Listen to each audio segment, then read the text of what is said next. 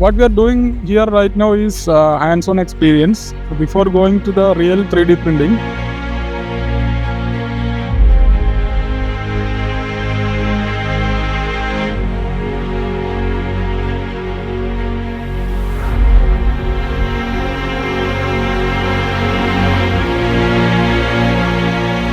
and it's very practical. So we're interacting and we're learning from it. So it's very unique too.